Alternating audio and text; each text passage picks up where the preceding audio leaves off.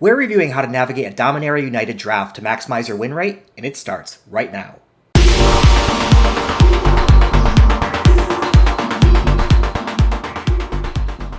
To navigate a draft to a successful deck, you need to start with the possible endings in mind. From there, you can identify the draft decisions that keep you open enough along the way to land in as many high win rate endings as possible. Now, you can spend a couple months playing to find those possible high win rate endings, or you can learn them on day 2 of the format by using the thousands of drafts crowdsourced by 17lands.com. Let's take a look.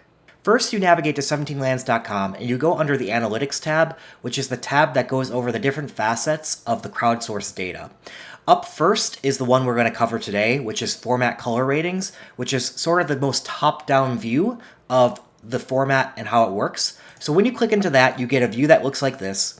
I can click through all the different sets that were in the past, but we're doing Dominaria United here.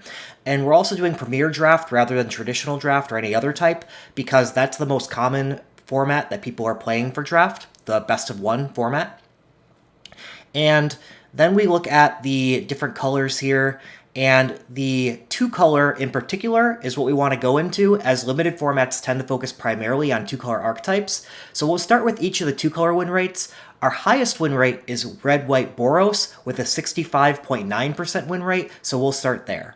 Once you look at the color pairs, you'll want to analyze the trophy decks within them. So there's this recent trophy decks area that when you open it up, it shows all the different trophy decks that have happened recently and in what colors they are, how they navigated the draft, and their deck. So we'll be reviewing some of these trophy decks as indications of what decks are the good end state for us to get into.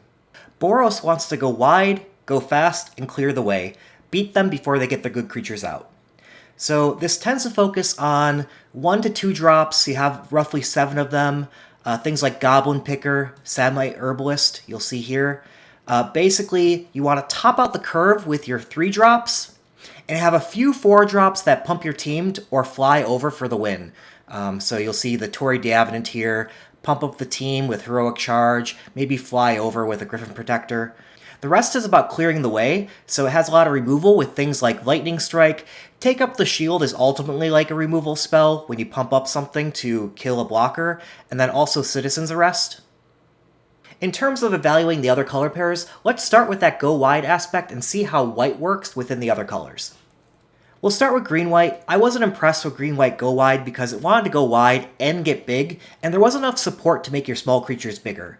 In fact, I couldn't find a green-white trophy deck in the first 100 decks I looked at in that trophy decks order. Indeed, it only has a 58.7% win rate, and it's for the 8th best out of the 10 color pairs, so it wasn't a great deck.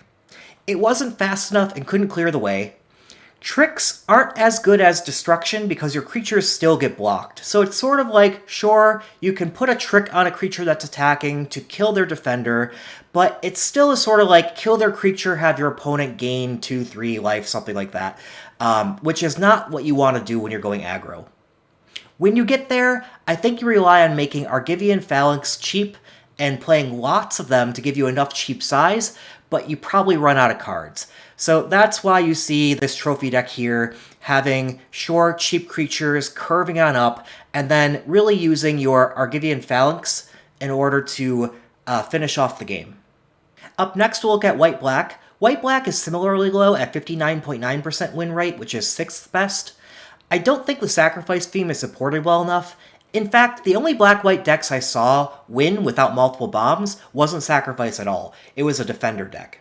While not the strongest deck, this is the way to go with black-white, and it centers around the walls and defenders. So you have your Blight Piles, you have your Gibbering Barricade, you have your Wingmantle Chaplain, which is probably the best card in this deck, and oftentimes you'll see a lot of Shield Wall Sentinels as well to search up the rest of your defenders.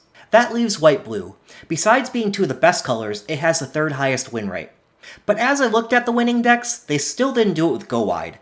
They had a lot of draw on turn 2 with Impulse, sometimes counters like Essence Scatter. On turn 3, it would have flyers like Soaring Drake or Mesa Cavalier, and it had a lot of turn 4 Talus Lookout, which is a key card and one of the best commons in the set. It would also play Stall for Time and Tolarian Geyser to ensure tempo was on your side while drawing you into more power. Now that we've gone over the white color pairs, let's look at the aggro side with red aggro. Blue-red was the 4th highest win rate at 61.3%, but I saw a ton of these decks among the 17 lands trophy list, so I think that the win rate will actually be higher as we get more stats on it. These decks would get out a 2-drop Get 2 Amplifier or Electrostatic Infantry or a Balmor Battle Mage Captain and pump it to the moon with 1 and 2 mana instants and sorceries, then finish with a Talus Lookout, Frostfist Strider, or Tolarian Terror. You can see this in this deck with the Electrostatic Infantry and then all the different 1 and 2 drop instants and sorceries. And you can see it with Balmor Battle Mage Captain in this deck, along with all the Talus Lookouts at the top end. Red-green was the 2nd highest win rate at 62%. It's similar to red-white with Relentless Aggression, but with sizable 2 and 3 drops, and clearing the way with Lightning Strike and Flowstone Infusion, and Trample with Molten Monstrosity was usually used for the final win. It needs removal, Tail Swipe, Bite Down, Lightning Strike. I think we need to prioritize removal again in this set, unlike Streets of New Capenna and many other previous sets.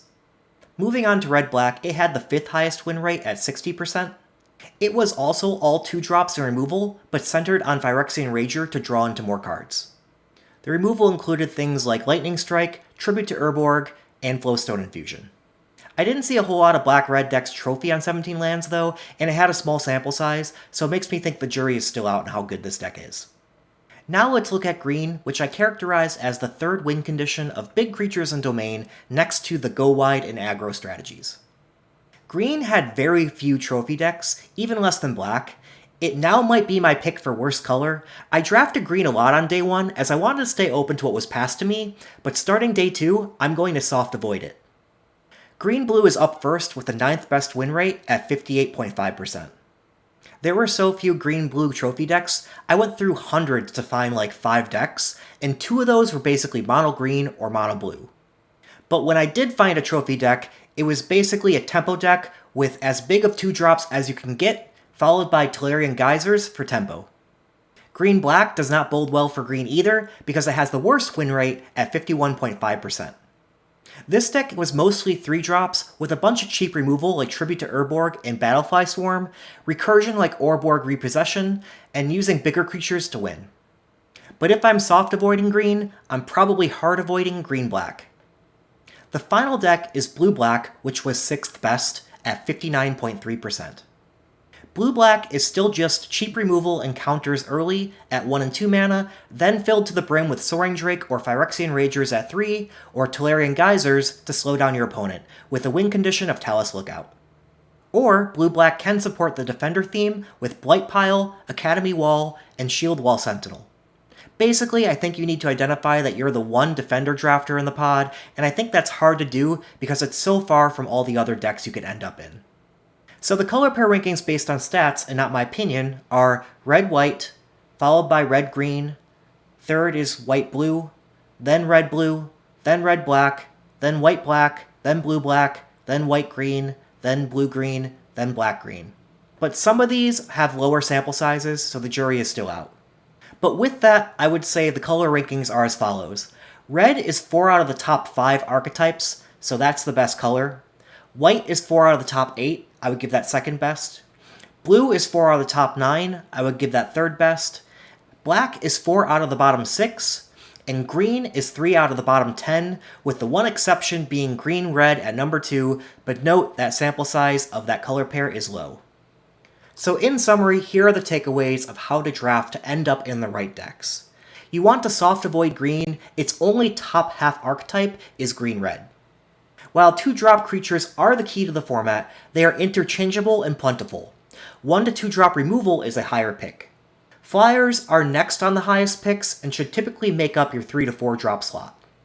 Tempo cards that say draw a card on them are the 3rd highest picks. And then lastly, you want to fill up your 2-drop spot with as many 2-power 2-drops as you can find thereafter. This doesn't mean avoid things like bombs, obviously you take those first. I'm just saying, when you're prioritizing after those, this is the order to do it in.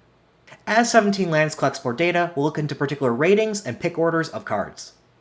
That's all for today, thanks again, don't forget to like and subscribe, and bye-bye.